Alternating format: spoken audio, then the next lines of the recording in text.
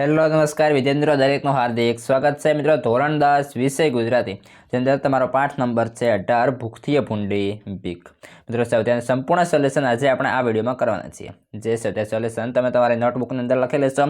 તે પહેલાં ચેનલમાં જો નવા આવેલા મહેમાન છો તો ચેનલને ફટાફટ મિત્રો સબસ્ક્રાઇબ કરી બાજુના બેલ બટન પર ઓલ નોટિફિકેશન કરી દેશો।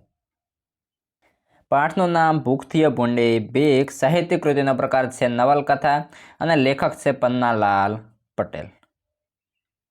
અને આ પાઠ શેમાંથી લેવામાં આવેલો છે તો મિત્રો માંડવીની ભવાઈમાંથી લેવામાં આવેલો છે। અને શબ્દાર્થ જોવા જઈએ તો અદેખાઈ તો ઈર્ષ્યા, બીજાનું સારું જોઈને થતી દ્વેષની લાગણી, છપના તો છપ્પનિયો દુષ્કાળ, શાળ તો સાલી ડાંગર કમોદ, કંગાળ દરિદ્ર અથવા ગરીબ, હાર તો કતાર। મિત્રો તમે શબ્દાર્થ લખો તેની પહેલાં શબ્દ સમજૂતી અંદર જે પણ તમારા ઉપર આપેલા હોય, સમાનાર્થી હોય, તળપદા હોય, વિરુદ્ધાર્થી એ લખી લેશો તો સારો એવો પ્રભાવ પડશે। ત્યારબાદ જોઈએ તળપદા।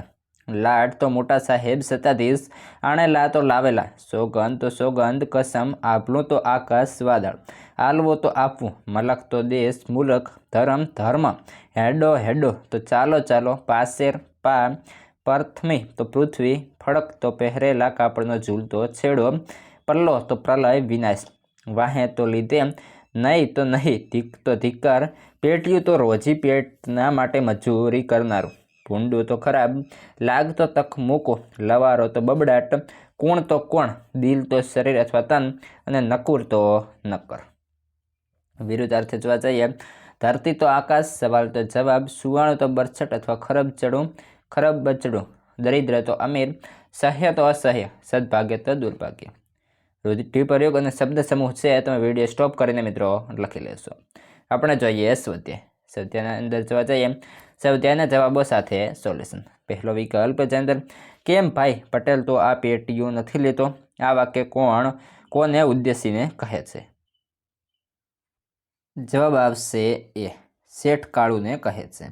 ત્યારબાદ બીજા નંબર છે કાળુ માને છે કે જગતમાં સૌથી ખરાબ બાબત, તો ઓપ્શન ડી સ્વમાન ગુમાવી ભીખ માટે હાથ લંબાવવો તે છે। ત્યારબાદ જોઈએ પ્રશ્ન નંબર 2। નીચેના પ્રશ્નોના એક એક વાક્યમાં ઉત્તર લખો। પહેલો પ્રશ્ન છે દુકાળના વખતમાં લોકોને કોણે મદદ કરી? દુકાળના વખતમાં લોકોને ડેગડિયાના મહાજને મદદ કરી। પ્રશ્ન 2 કાળુ અને રાજુ ભૂંડામાં ભૂંડી બાબત કોને માને છે? કાળુ અને રાજુ ભૂંડામાં ભૂંડી બાબત ભીખને કહે છે।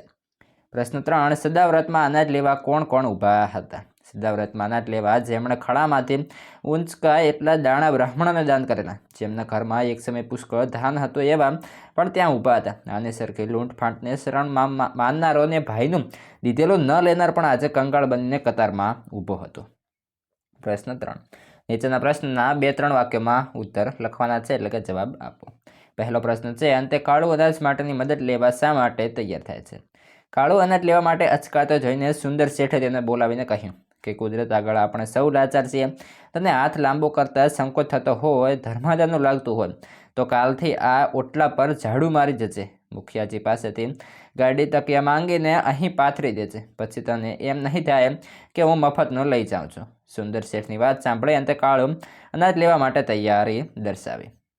પ્રશ્ન 2 બાવાના 2 બગડ્યા એમ કાળુ શા માટે કહે છે? સુંદર શેઠ કહ્યું કે તમારો છે ને તમને આપીએ છે, એમાં ધર્માદા જેવું કંઈ જ નથી। આ સાંભળી કાળુએ દોઢ પાછળ ખીચડી પોતાના ફાટેલા ધોતિયાના છેડે બાંધી। તેને થયું કે આ તો બાવાના 2 બગડ્યા જેવો ખેલ થયો, કારણ કે કાળુને એમ હતું કે આમ કરવાથી ક્યારેય કોઈની પાસે કંઈ માગવું નહીં, એટે એક પડાય નહીં ને ભીખ માંગીને આ તો મારવા જેવું થયું। પ્રશ્ન 3 સુંદરજી શેઠ વિશે 5 વાક્યો લખો। શેઠ સ્વભાવના ઉદાર હતા અને મોટા ગજાના હતા। સુંદરજી ગામના મહાજન હતા। સફેદ ધોતિયું અંગરખું, માથે સોનરી તલાવાળી પાઘડી અને ગળે દુપટ્ટો રાખતા।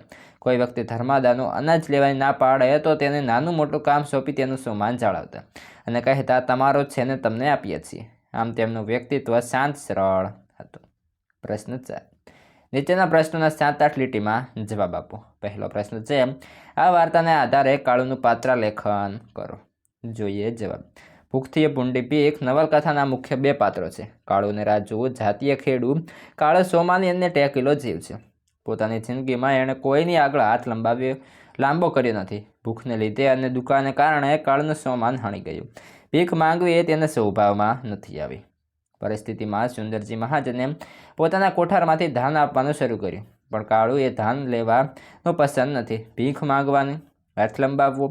રાજુને સમજાવે છે, પણ સ્વમાનું કાળુ કંઈ ગણકારતો નથી. સ્વમાની કાળુને સુંદરજી પોતાના ઓટલા ઉપર ઝાડુ મારવાનું કામ સોંપે છે, જેથી મફતનું અનાજ લીધું નથી એટલો સંતોષ રહે. આથી શેઠની વાત એને ગળે ઉતરી અને તેને માન થયું અને પોતાના વિચારો બાલિશ લાગ્યા. એણે દોઢ પાસેર ખીચડી પોતાના ધોતિયાના છેડે બાંધી લીધી તો ખરી, પણ ફરી એનું સોમાન જાગી ઉઠ્યું અને થયું આ તો બાવાના બે બગડે. ટેક પણ ન રહી. કાળુની વેદના તેના વાણીને વર્તનમાં સતત ટપકતી રહે છે. એણે સાચું જ કહ્યું હતું કે ભૂખ ભૂંડી નથી, પણ ભૂખથી એ ભૂંડી ભીખ છે. લેખકે કાળુની મનોદશા વર્ણવતા સાચું જ કહ્યું છે. નથી વેઠાતા રામ ભૂખ હોય, નથી વેઠાતી એને આ ભીખ હોય, માટે ઝીંકવા માંડ. પણ મકાનનો ઓટલો ચડતા ખુદ કાળુ ઝીંકાઈ પડ્યું. પછી એ તો ગરમ વિચારોના લીધે ભૂખનો માર્યો કે ગમે તે કારણ હોય. પ્રશ્ન 2. આ વાર્તાના આધારે દુષ્કાળની ભયાનકતા તમારા શબ્દોમાં આલેખો. જોઈએ.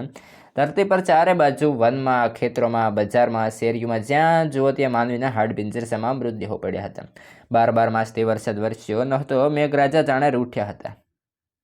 ઘણાને પોતાના સ્વજનો ગુમાવ્યાની વેદના હતી. એ પ્રશ્ન હતો, આટલા બધા શબને દાટવા ક્યાં, બાળવા ક્યાં? ભૂખે માનવીઓના હાંડ માંસ ગાળી નાખ્યા હતા. શેઠજીએ પોતાના કોઠારમાંથી અનાજ આપવાનું શરૂ કર્યું, પણ દોઢ પાસેર ખીચડીથી પેટ ક્યાંથી ભરાય? છતાં જે મળે તે લેવા કતારમાં ઊભેલા અર્ધનગ્ન હાડ પીજલ થઈ ગયેલા માણસોની સ્થિતિ દયાજનક હતી. આ માણસો પાસે પહેરવા પૂરતા કપડાં નહોતા. આ સમયના દુષ્કાળની ભયાનક પરિસ્થિતિનો કરુણ ચિતાર આપે છે. પ્રશ્ન 3.